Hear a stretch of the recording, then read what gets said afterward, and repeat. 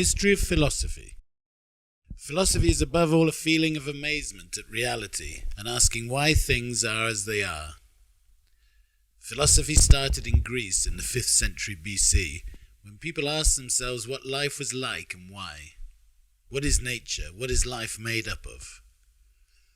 Being used to explaining natural phenomena through myths and legends, the Greek philosophers tried to explain the secrets of nature through reason.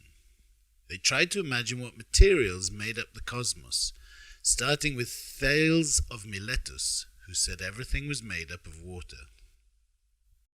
Socrates and his disciples centered their inquiries on the person, making philosophy a more practical tool for finding out about human beings. Socrates became famous in Athens for asking people, what is justice? What is beauty? He demonstrated that people knew much less than they thought. When they asked him, he would say, I only know that I know nothing, realizing that acceptance of one's ignorance is the first step towards wisdom.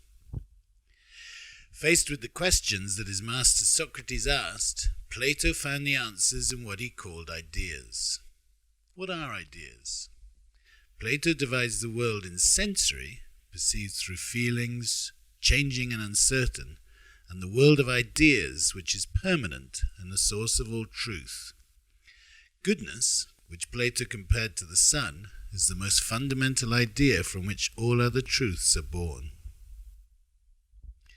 Aristotle rejected the big abstract ideas of his teacher Plato, preferring observation accompanied by logic.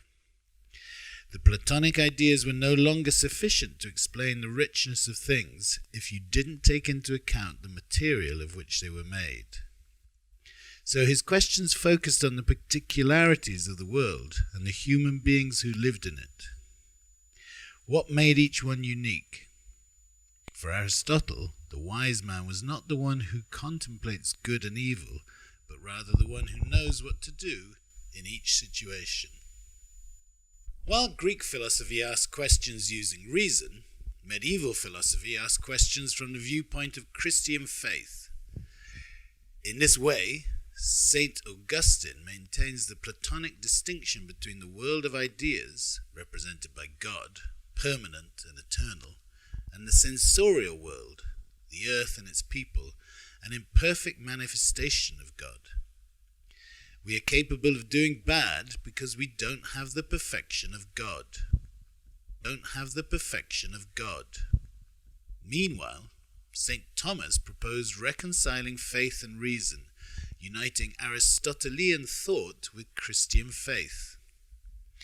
God is the root of everything, the main engine, and the cause of all causes.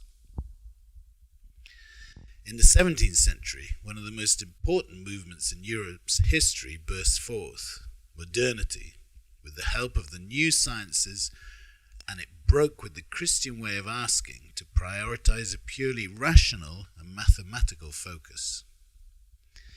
Everything begins through causality. Modern philosophers demanded a reason for everything, a cause, instead of accepting reality through God. Descartes was the first to demand certainty in knowledge through principles and demonstrations. His form of analysis allowed us to think of things in terms of a big machine in which everything is due to a previous reason. I think, therefore I am. This new idea banished faith, allowing us to think of a world without God. The thinker who took this rationalism to an extreme is Spinoza, who deduced through mathematical principles a new way of living without the help of religion. God is the universe, nature, reason, truth, and everything that exists. In contrast to rationalism arose empiricism, with figures such as David Hume, who rejected the notion of causality, alleging that only our feelings are a valid source of knowledge.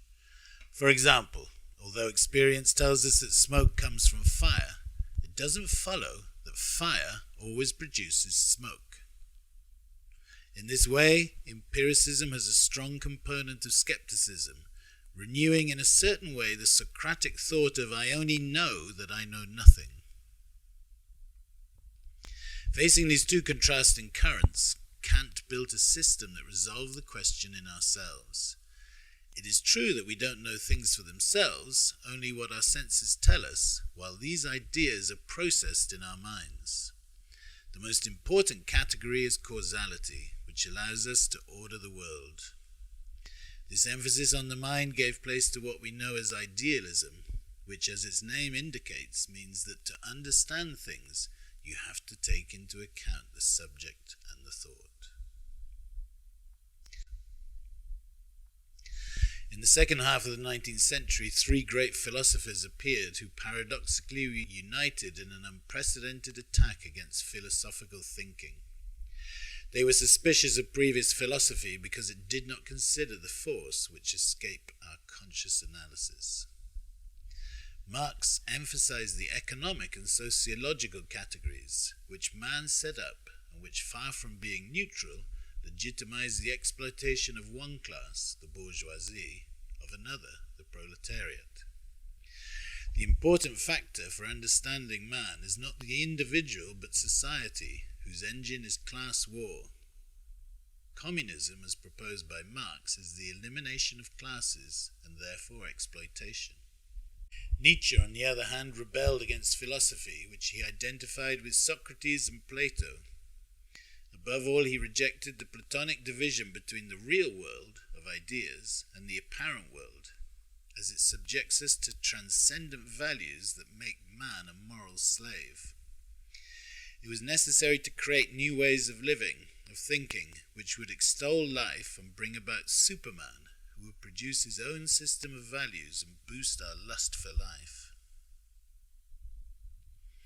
Finally, Freud proposed a new way of understanding our mind through what we don't understand about ourselves, the unconscious self, which is determined by childhood traumas and also by instincts which society represses.